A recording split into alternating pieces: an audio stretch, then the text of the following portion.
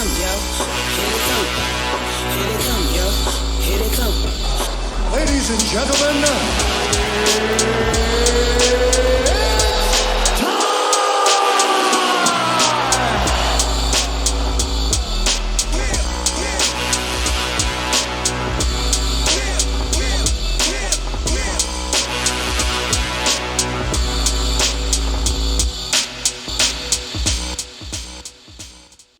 once again, it's a Here Goes Nothing podcast, Friday night live stream, and I think we got it.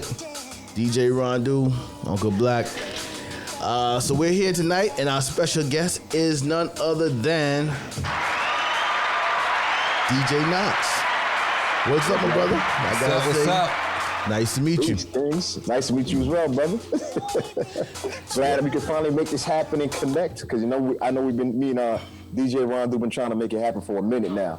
So yeah, I'm glad to be here. Yeah. Thanks for coming on and spending. I know you're a busy man, so we're just happy that you was able to take some time out of your time and chill with us for a little bit. Yeah, I'm gonna have to ask you for some tips later on, because I didn't even know you could go live on Mixcloud like this. Like, I was like, wait a minute, hold on. Yeah, man. Account. I was like, hold on. Yeah, they started about a year ago, but nobody was really jumping on it. So I was like, yo, we need to jump on Mixcloud. For real, definitely. Yeah, Mixcloud actually let you do your thing without stressing you out. Yeah, they don't. You could play whatever you want. They don't cut you off or nothing like that. No nothing like that. Yeah, nah, none of that. That's what I'm talking Get on it. Yeah. So what's up, bro? See that dope T-shirt you got on, man? Let's get into it, man. That hoodie is on point. Thank you. This is our lightweight joint. It's May, so it's fake summer up here. So that's what this is perfect for. This is the summertime, early fall joint. When you want to throw a hoodie on and still feel comfortable, you know what I mean? So yeah, I appreciate that, man. Yeah, that's what's up. So why don't you tell the audience and the people out there a little bit about yourself. First of all, where are you from? Don't say the Bronx. Stop. Don't say the Bronx, bro. You don't gotta say the Bronx. Anywhere else but the Bronx. Where are you from? I was born in Brooklyn. I spent some time in the Bronx. But Brooklyn. But New York, right? Yeah. Applause for that. Give Brooklyn an applause, man. BK up top. BK. Exactly. It goes from there from there. I spent a lot of years in Florida too. So people are like, yo, where are you really from? And I was like, I tell you, I'm from Earth. Really. That's the best way I can put it. Yeah. After a while, it gets blurry. Yeah. Yeah, because I've been here in Atlanta for 23 years now. A word? Oh, okay. Yeah, it's been 23 years I've been in since the Olympics. So whatever math that works out to, 96. Yeah, and I think that's 96. That's something. 95, I think. I don't know. Yeah, so it's after a while it's like, yo, what do you really claim anymore at that point? You know what I'm saying? Yeah. I still can't say Shouty right, so I can't say I'm from here, but Shouty. They laugh at me just like that too. I'm like, that's why I don't even say it out loud. I say it in my head. So just leave it, just let it be, bro. Just let it be. That's it. I'm good in the neighborhood. You know how people like to say that, but I'm one of the few who actually can mean it. But At least they have more of a concentration up that way. Down here, it's a ton of mixture. You have all kinds of accents and be down here in Miami. Never know where anybody's from. Right. Yeah, exactly. Talking Creole 1 minute, then switching to Spanish on you. And listen. Oh yeah, it happens, bro. It happens. So what's going on in the morning? That's how it goes. So yeah, I got a question for y'all real quick. How did y'all come up with the name Here Goes Nothing? Like, what's the real story? We was like, when we first started this Mixcloud thing, I mean, he always wanted to do a podcast from like years. Mm-hmm. And so when I told him about this thing, about Mixcloud, I was like, yo, let's go do it. So we came out one night. I mean, it was a train wreck. So I said, before we go on, I just said, here goes nothing, and he hit that stream button, and that was it. That was it. And I like the name. So we stuck with it. We stuck with it, man. Nah, it's original. I like it. I do. I really like it. That's what made me ask that question. I wasn't just saying that to be that guy, but no, I really like it because it sticks to you. You know what I'm saying? So yeah, I like it. Yeah, man, we just wanted to go for it. Yeah. Just go for it, figure our way through it. We had some rough points. I mean, we still get occasional. That last 20 minutes before 10 o'clock, man, it's like it's the most stressful, man. It's like a NASA countdown around here, man. It's like you don't want no rockets, no boosters to fail. You like, yo, you're gonna blow up your whole crew. Be sweating, man. Yeah, I know But- what you said. I do. And But then, y'all got it flowing though. But go ahead. Well, I'm sorry. it works, and we sit here and we're looking at this at the computer and this green thing to make sure it stays streaming. And sometimes it starts turning red and starts sticking. But tonight it looks like it's good, man. Look like you bringing us some good energy tonight. Yeah, So I know. We haven't do. seen red yet. we don't intend to see red tonight. Yeah. So That's it. Oh shoot, I didn't even answer your question. My fault. So yeah, like I said, I was born and raised Brooklyn. Spent some time in the Bronx, spent some time in Jersey. Lived in Florida for a minute, but like I said, been here in Atlanta for 20 plus years. Started DJing officially in '96 as soon as I got up here for during college, and I just stayed after that. So. And then had a blessed a blessed DJ career that continues on now. And yeah, that's the background of the DJ Knots part. You know what I mean? So I didn't know if you wanted me to go into hip hop gets back already or not. So Yeah, you're about to, but before you do that, I just want to say, when people talk about like hip hop and stuff like that, you got people who say they are hip hop and they love hip hop. They may believe they are, but when you check them and quiz them and stuff, they're not really about it. They're like on the cover they love hip hop, but they're not really into it. But I don't know if you remember when you was DJing in Atlanta. I came up there and you was DJing in this park. This is before Serato. You was DJing in this park, and I just chill in the cut. I just watch DJs. I don't tell nobody I'm a DJ. I just watch. Right. And you was authentic. I was like, yo, this N-word. He's official. He's official. And now when you told me about what you're doing there, I say, yeah, this got to be something good. thank you. And I told you I want to be a part of it years ago, man. No, it's on me. It's on me, bro. It's all on me. And you're right. You're not the only one, because thankfully, we have people who are authentic as you in South Florida, Orlando, New York, Vegas, and it's on me about. And we can get into that a little bit later. But the main reason why I was being so hesitant about it is because when you create something, you are very overprotective of it, and you want it to go the right way. You want everybody who comes on board to understand that they had a space, and this is what we need from you. And with so many moving parts, from the company, the for-profit side to the nonprofit, it's just a lot of moving parts. So I was overly cautious. So you are right. It is long overdue, and I'm saying this. Actually, we was getting ready to make moves and do the second chapter in Orlando last year, but cousin COVID came through and was like, yeah, nah, we're not doing that. Yeah. So it got pushed back. So now that things are more relaxed, and I'm sure y'all brothers got y'all vaccines already. So not quite. Next week? Not quite. So I'm stretching this out. So the third and fourth quarter is when we plan on rolling more stuff back out again. But guaranteed, brother, I'll be hitting your line first. All right? I have not forgotten about it. I got my list of confidants and people who I know understand what we're trying to do and who we need. You know what I mean? So, yeah. So now, let's talk about this Hip Hop Gives Back. Give a little background and what your goal is with this program. Break it down. So we start.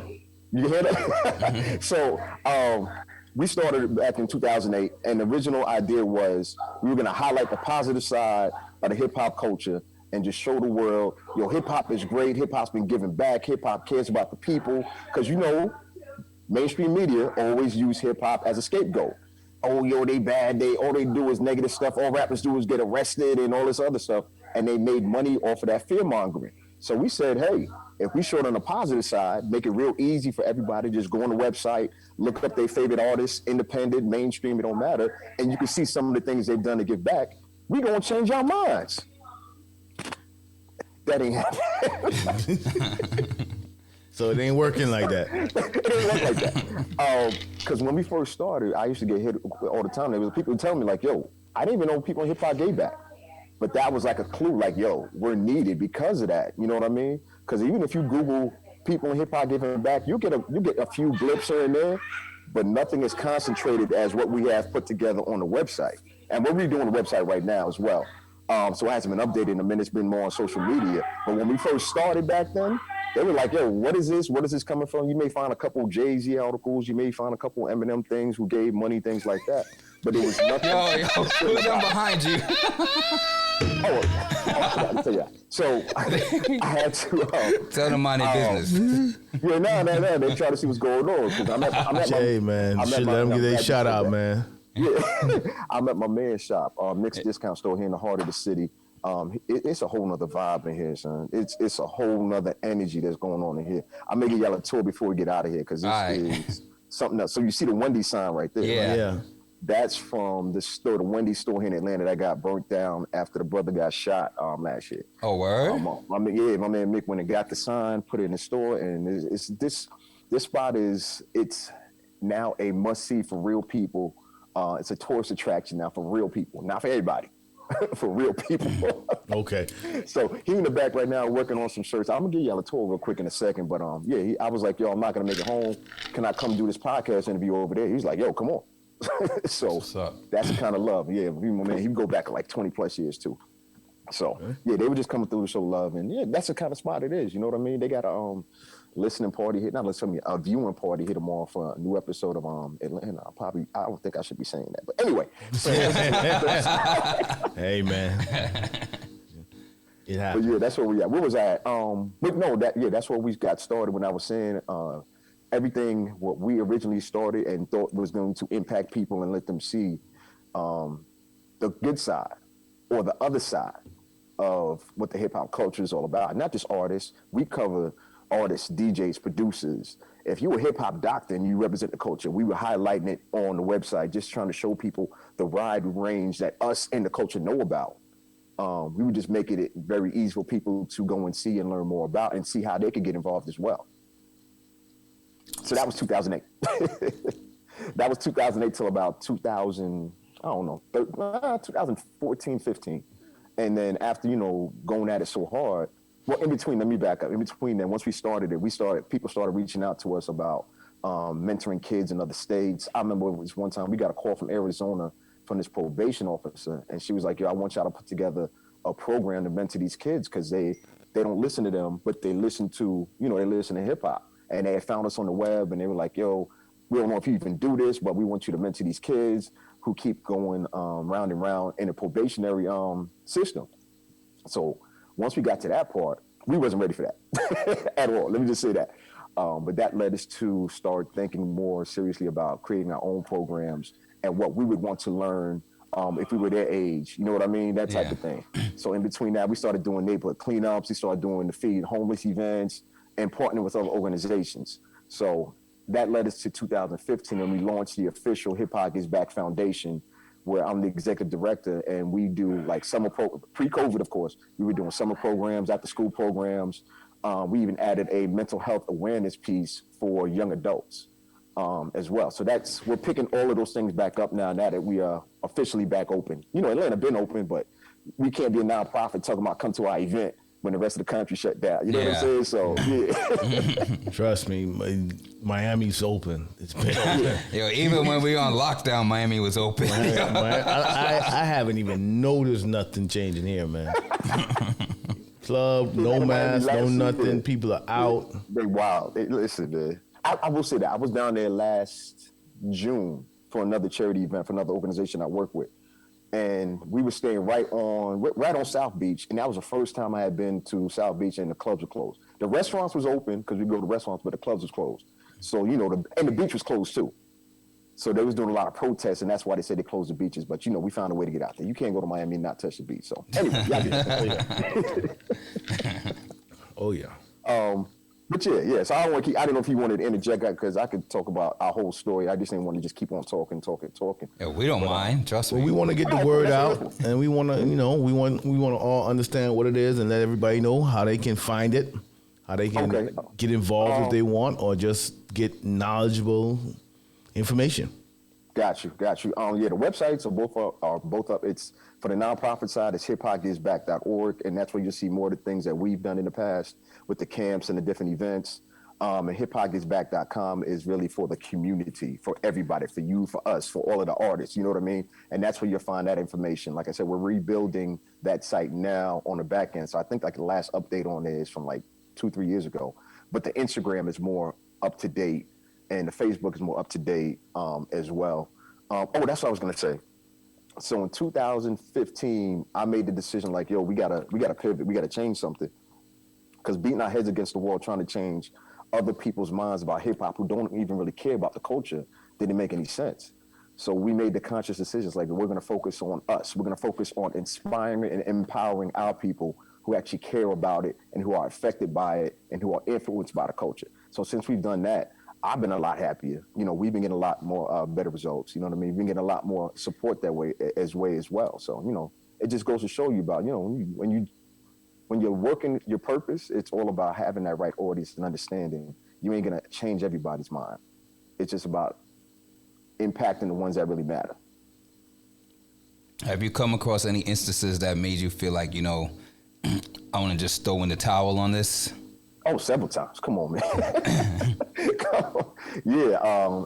Let me think. When we first started dealing with the schools up here, of explaining, because a lot of people see the name hip hop and they already be like, nope, we don't want it. It's all negative. We ain't trying to deal with it. None of that stuff. So once beating our head against that wall was always a pain, because we have the footage of previous events and we would show them like, yo, this is what we do. This is how many people we help. And it'd still be a process. It's still like going through so many steps. And that's not my thing. Like, yo, if you don't get what we're trying to do and we've shown you the history of what we've already accomplished and the people we've helped and the summer camps we've done, and you still want to make it a hassle, I was like, yo, I don't want to do that. But I've learned to delegate to people who are better assessed at doing those types of things. You know what I mean? So it's a lot easier now when you allow people to help you. And at first I was just, like I said earlier, I was being so protective of it. I felt like my voice needed to be only one, and that's not what it's about. Once I figured out, like, yo, use Hip Hop Is Back is a platform for other people to share their talents and their information and their knowledge. It's a reminder, just like, yo, it's not about you. It's about the culture and what we really care about. Let it do how it helped and influenced us coming up. Correct. Well, since you said culture, how do you feel about the culture now? In a commercial sense. We talking money? What we talking? As for, let me say, what we're seeing now, as what the powers that be are dictating, what hip hop is. I'll say this. I'll say there's so much knowledge out there and opportunities in different lanes. It's kind of hard for me to hear anybody talk about what's fair anymore. Because we talking about, you have 25 years of history you can look up and see about bad record deals and not being able to throw your own shows. And like, we have so many people who have done it and have documented it. Like, I feel like artists at this point really don't have an excuse. You know what I mean? Now, if the music ain't good, that's one thing. But with the powers that be, I don't see what the issue is. I really don't. Like, you got to deal with them, but once you have more leverage, they're going to start to listen. They're like, you know what? For you, we'll do this. You don't need that 360 deal. We're going to come up with something just right for you. And it's all about having that power. Because think about it. We got the Cash Money history we could talk about. We got the No Limit history we could talk about. There's so many different examples of it that once we share that information, and it's not just in music, it's in film now too. We're at a time where we can empower ourselves very easily and do things from the ground up and create a buzz and just get the word out. Thank you. You That's don't what I'm really trying to say. have to go out there and chase that carrot no more unless you want it real fast, or you're not really doing it. To me, you're not really doing it with the love. You're just chasing it for the money. Right. You're doing it that way. But my question would be how you feel about the music as far as when we say hip hop. Are you considering all this music hip hop that's out here? No, it's definitely subgenres. Yeah, I had this conversation a lot. Thank you. It's definitely subgenres. It's rap, it's trap. It still goes under the umbrella of hip hop, because this is the thing we got to remember. When you're talking to people outside of the culture, it don't matter if you're talking about Moneybagg, if you're talking about a car, it don't matter if you're talking about a Talib Kweli. To them, all of that is hip hop. We know the difference, but to them, they're going to attack it the same way. So we need to protect it the same way and highlight the positive side of it the same way. And I had to learn that the hard. I remember this one time we was covering Juicy J, this had to be back in 2012, 13, when he was on every song. He had put a contest together on Twitter, and he was giving away, what was it, like $25,000, something like that. And this is when bands will make a dance was at his height. Yeah. And he said, you know, make a video as to why he deserved this. It was a college scholarship. Let me get it right. It was a college scholarship he was giving away. He said, make a video as to why you deserve this college scholarship. So 90% of the videos or entries he got were of women twerking. But the woman who won, she went on the video and she just read her essay as to why she needs the money. And she won. So that made me think about it like, damn, I had already branded this as being something else than what it ended up being. So I was like, yo, you got to be open to all aspects of the culture because it's still a part of the culture in one way or another. And I know that's going to turn a couple people off, but I mean, that's a fact. Coming from somebody who's dealt with it on different levels. Well, that's my facts. I put it that way. Yeah, it's kind of, I don't know, a lot of it's just kind of hard to digest and then at the same time say, well, that's hip hop, you know. I don't know. Yeah, excuse us, our camera going out. Yes. Let's go back because remember the perfect. Well, I think it's a good example I like to use. When Nas dropped "Hip Hop Is Dead" album, what did y'all take as the meaning to that? Well, personally, I wasn't offended because I knew what he meant. I knew what he was talking about, and I'm glad you brought that up because it's like everybody. He threw a stone with that. And all the dogs that were barking let us know that they got hit. So if you got beef with what Nas was saying, then you're probably part of the problem. You're what he's talking about. And a lot of people don't understand that. So I didn't take it personally like he was saying all hip hop is dead, but I knew what he meant though. And I was cool with that. What was your interpretation of it? Because people still don't understand what he meant. I would say like on a commercial sense, as far as like, you know, like back to BET, MTV and all that stuff like that and everything that's on the radio. If you want to consider it hip hop, then it's dead. In my opinion. If you call that hip hop, then it is dead. But to me, real hip hop is in the underground, which is really hip hop, but you know, the powers that be had to change the name and call it something else.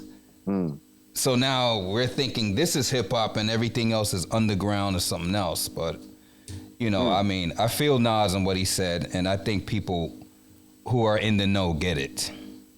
I got it. How about you? How did you feel about that?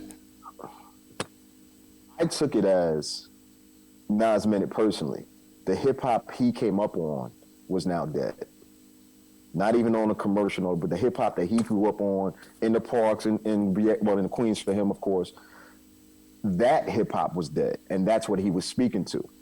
You know, I went back and I listened to the album and certain lines, and I can't quote them now, but there were certain lines that made me key into how he was trying to explain it. He wasn't trying to diss anybody. He's just saying the hip hop and the hip hop culture that he came up on that built him was not the same, and that's what was dead. That's what I took away from it. 5-6 years later, however long as it. Shoot, it's been more than that. So yeah. What you think? I think that hip hop that he grew off on is still there. It's in the underground now. So I mean, I understand what you're saying, but to me, it never died. The hip hop he grew off on, you could still find it. There's still artists out there doing it right now, and I still buy their records. Yeah, you do, because you was playing some joints. I was like, yo, where you get that from? I'm trying to find my homegirl, my bad. She's like, I see the glass doors, but she don't see me. I'm like, where you at? How did you take it, Black?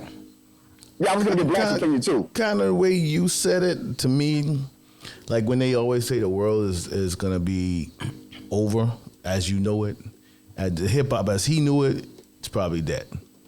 You know, and to me, I don't see that hip-hop. I mean, Ron says he see, but I don't see people with the medallions, the black medallions. That was a different time back then, a different energy. It was positivity.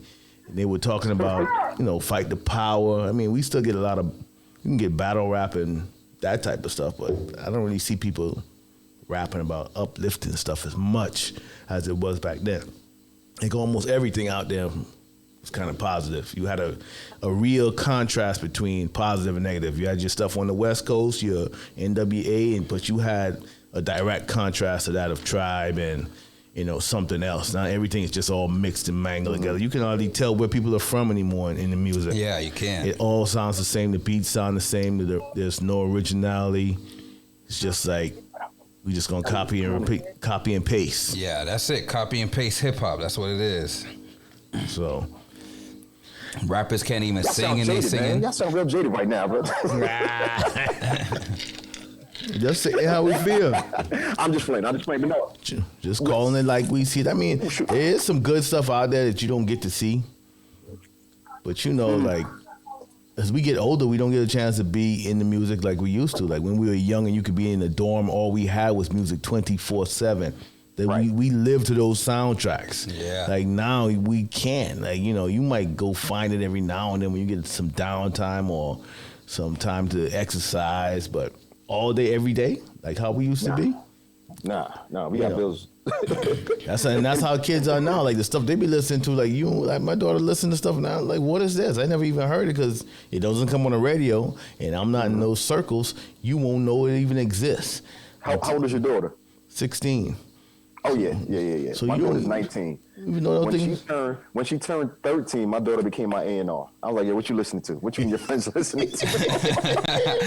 That's what I need. I need one of those. Actually, my daughter lets me know, and she's only 8. I tell you what they doing on TikTok. What song is playing? All right, let me go download that song. Yeah. Yeah, man. Like I said, it's like we were the leaders of it back then, but that's how it's supposed to be. That's what the progression of the culture is really supposed to be. But like I said, as long as we keep, and this is the same thing when I go to talk to the schools, and I really try to press upon the principals and the guidance counselors and all of them, is as long as they have the foundation of where it started and why they have those opportunities now, where they take it from there, we really can't. We shouldn't judge. I say we can't judge. Yeah, we can't try to limit them. Yeah. You're trying to put a limit on the creativity because you can't expect it to stay the same the way it was, because we not living in those times the way, you know, music was a reflection of our time. Their music is more of a reflection of their time. Right. You know. Right. And things are a lot easier. There's not as much struggle. Yeah. You know. Yeah, for a lot of us. Yeah. It's definitely Stories more, that we can tell, they'll never tell. Yeah. Just even on just going to college and just the stuff that I know I've been through and seen. Right. You know, my kids will never see. You know, just talking the other day, telling my friends like how we used to be out before I was even 10, we'd be gone all day out in the street riding bikes. Like, now my kids can't go down the street. My kids can't just be out and I don't know where they at. Like my parents ain't used to know where I was at all day till I come home. Right. Those things ain't happening no more. You ain't letting it happen. So yeah, we can't. It's different. But that part is different. So you gotta let it be different too. Yeah, it's more structured. There's more programs now for letting them get their creativity out, which is a good thing. But like I said, as long as they have that space, then I'm all for it. You know, that's why, you know, I'm thankful to have a company like Hip Hop Gets Back to where people can see the name and like, yo, you know what? Let's bring him in and, you know, let them hear the same kind of information, but from another voice. Because one of the main programs we have is we use hip hop to teach life skills. So we just come in, all adults, well, most adults are teaching these kids and telling them the same thing. You got to learn to be responsible, think for yourself, things like that. We're just able to present it using the culture. And that's all it took for us back. That's all it took for me. You know what I mean? I'm still using examples that I learned from 20 years ago. Oh, yeah. But it's coming from a different voice. So now it's like, you know what? I'm not limited to what they telling me I should do. I just came from a meeting early tonight. My homegirl is talking about starting a school, a high school here in Atlanta where you're focused. You know what? Let me not say that. Damn it.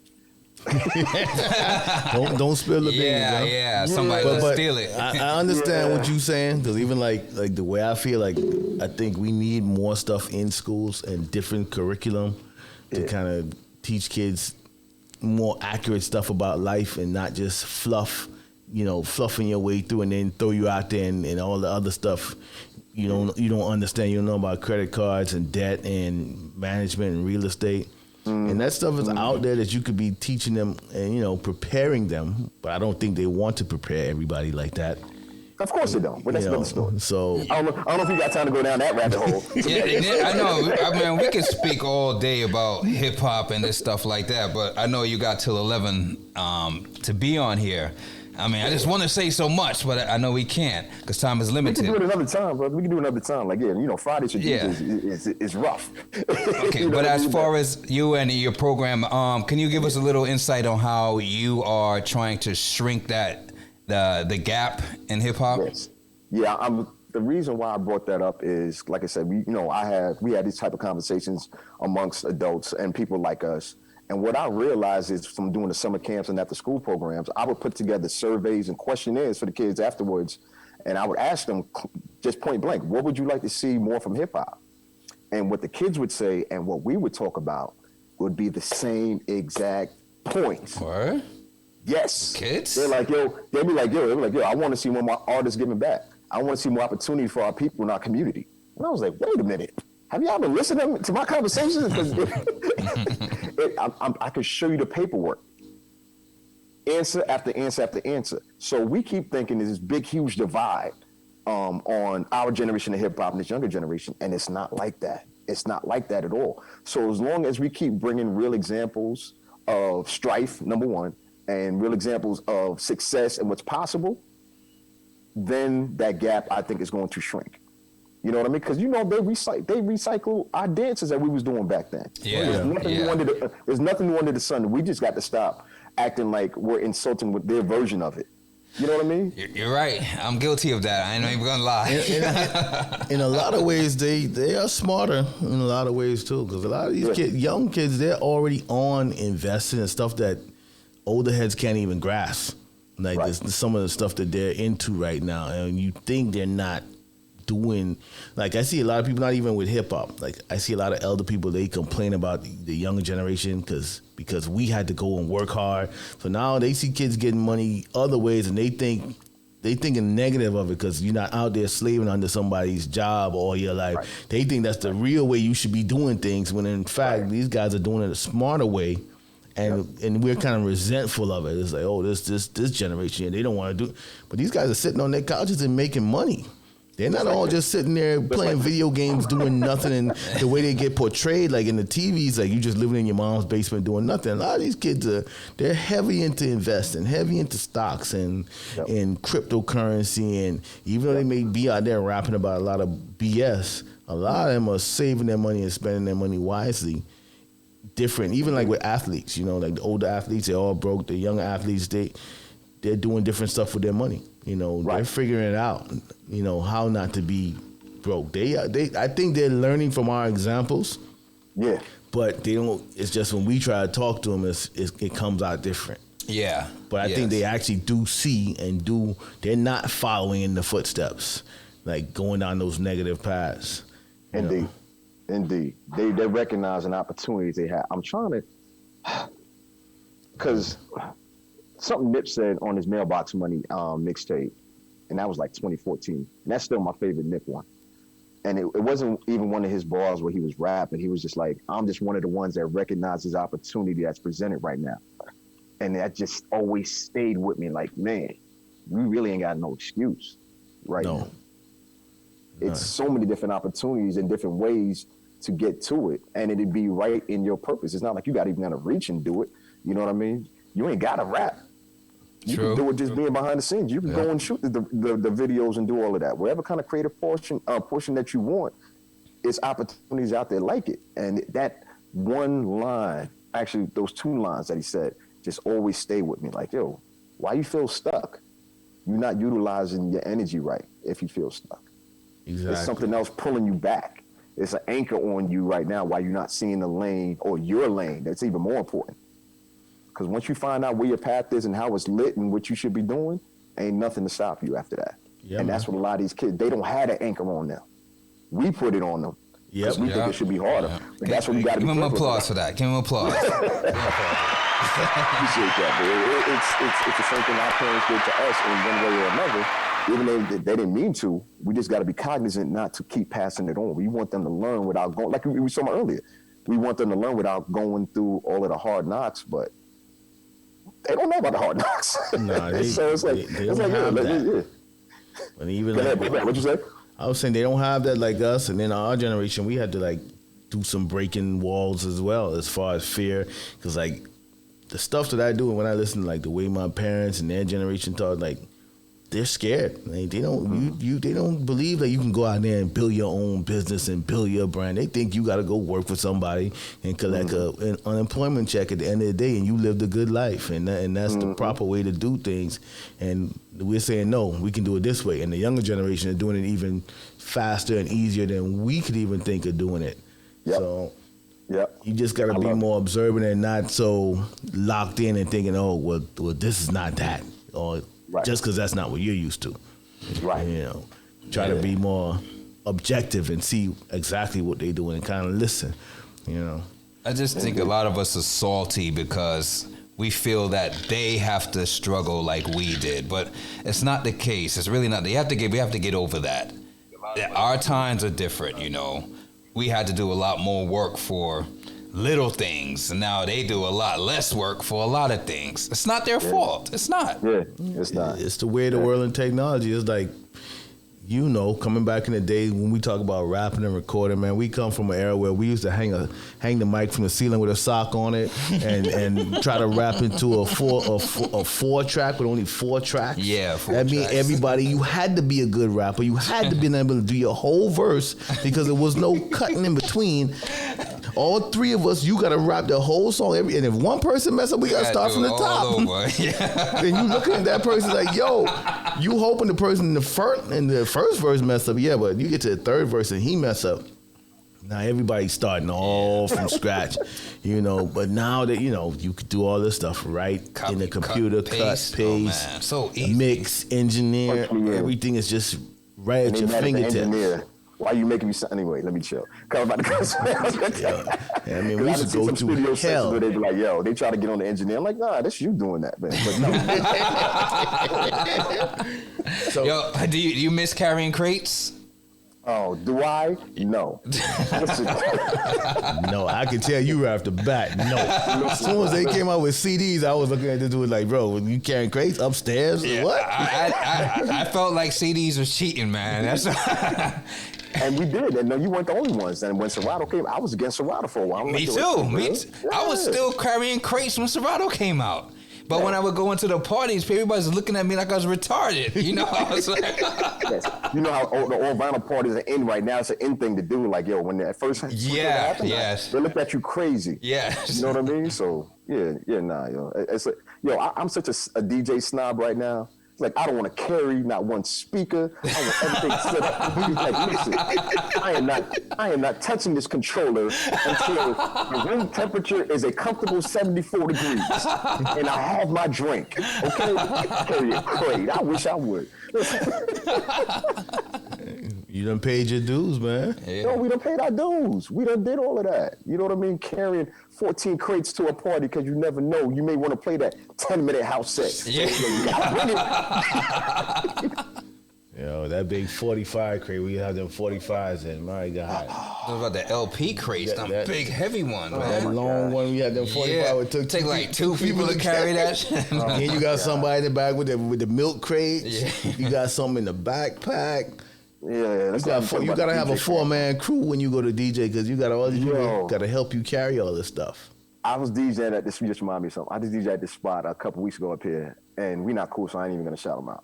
But the night went good for me. But the dude who was DJing before me, he was doing a day party part, and he had a 4-man crew. But this 4-man crew, they broke down 2 speakers. One of them broke down an iPad that he was streaming on Mixcloud on, and Twitch, and the other guy broke down the lights, and they was done.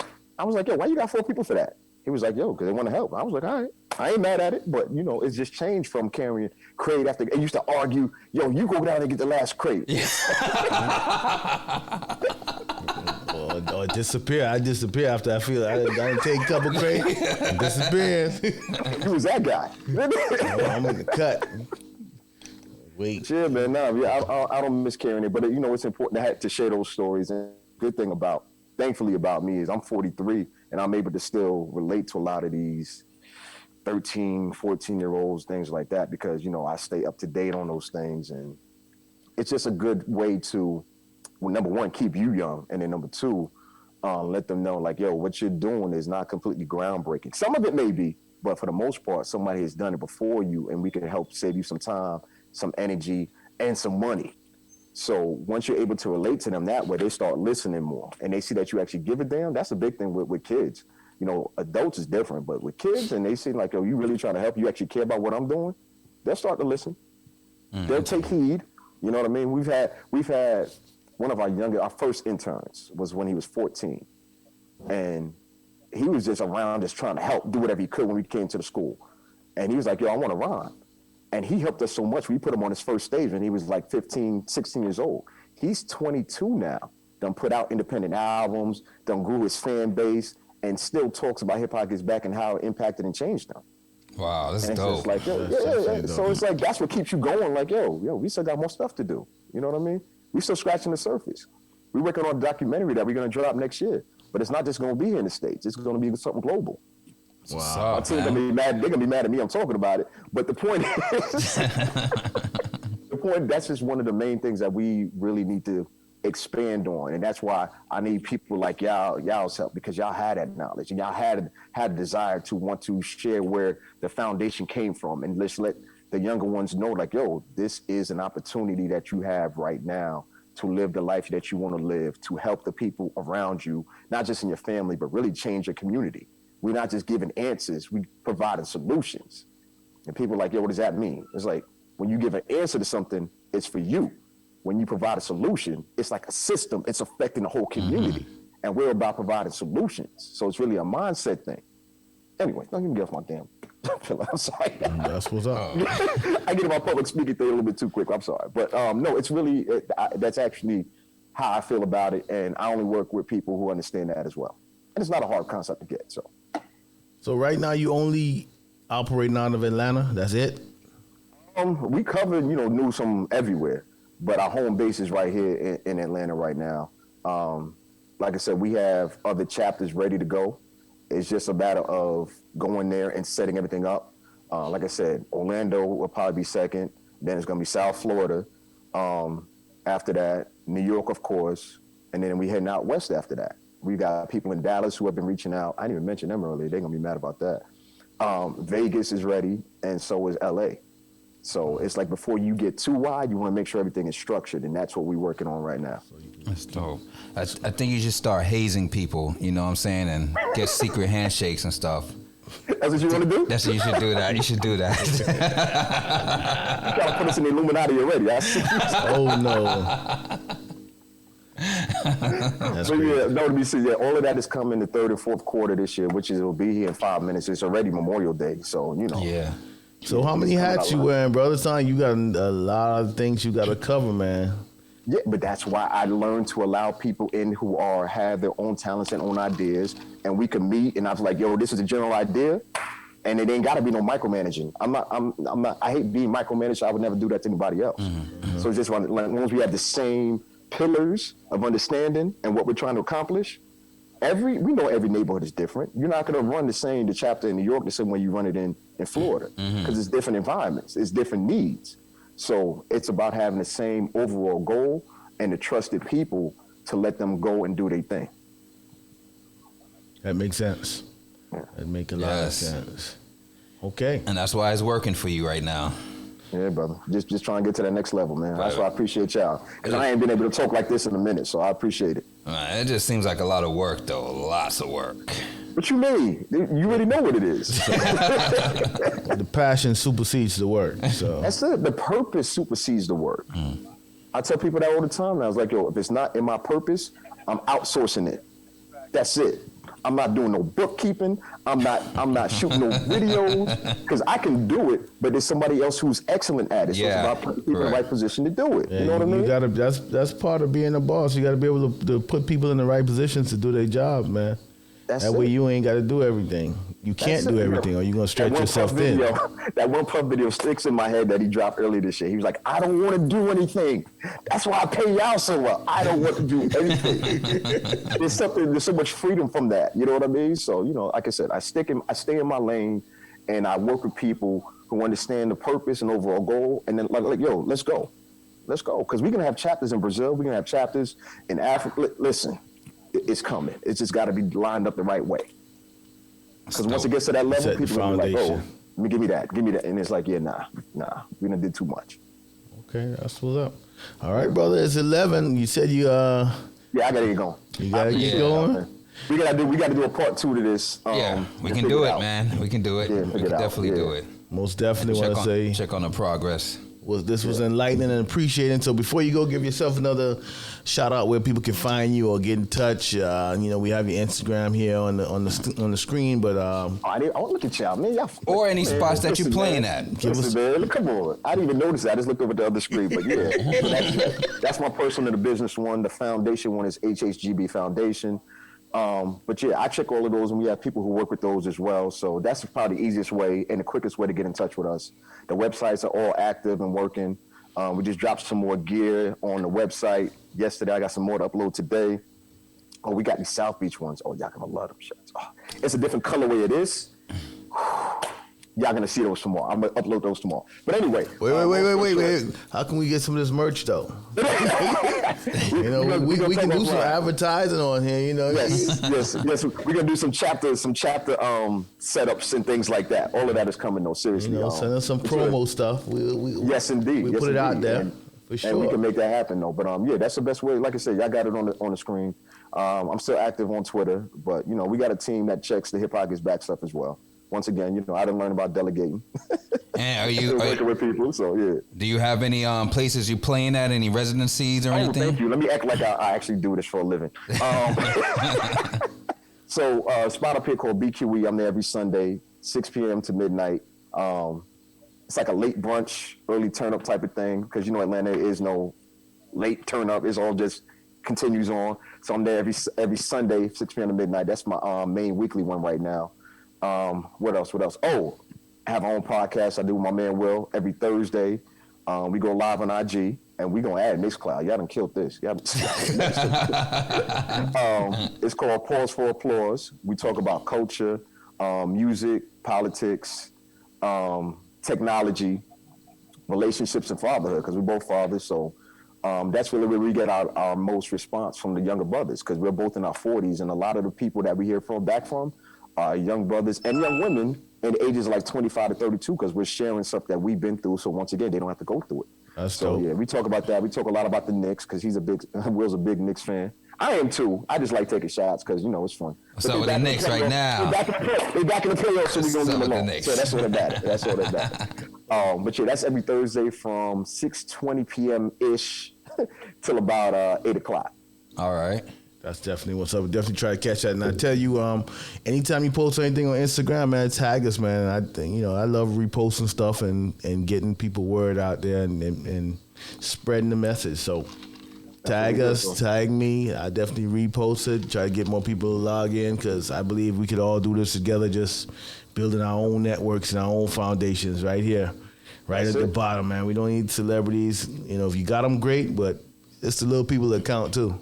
You know what I'm saying? You sit next to a celebrity, he just being humble. That's all that is. You know what I'm saying? I'm sitting next, hey, that's my DJ, man. I keep saying top 5 dead or alive. I keep trying to invite him to get a DJ challenge for him, but he don't want to. He too humble, man. Listen, I'm that's just a good idea. I'm just a DJ, man. That's all. You know what I'm saying? We're going to talk about that. I just prefer Rondu. I don't like DJ Rondu. Just Rondu. Just leave it. Man, embrace your greatness, Shaq. brother. Yeah. Embrace your Not greatness. Shaq. Not DJ Shaq, it's Shaq. So now I feel Embrace your purpose, man. That's it, you need man. a shirt that says, I am the greatest, I got to man. get out of here, though. All right, man. But thanks All right, again. my brother, once again, a round of applause for you. It's DJ Knots here with us on the Here Goes Nothing podcast Friday night live stream. It was a pleasure, brother, and Thank you, hopefully man. we'll get you back someday, another time, and we can continue to fight, continue to talk. And like I say, link us, and we always be there, man. We always here for the struggle. Indeed. All right, Appreciate once y'all, again, I man. give you another round of applause. Peace, y'all. We out. All right. Peace out. I'll check it out.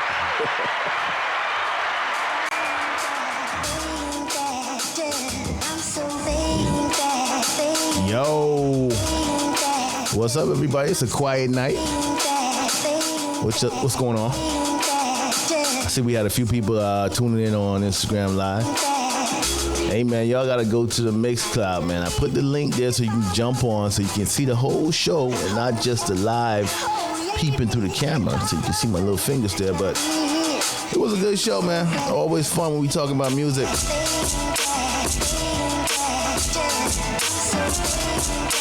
Never a dull moment. That was DJ Knots from the Hip Hop Gives Back Foundation, breaking down a little bit of knowledge for us.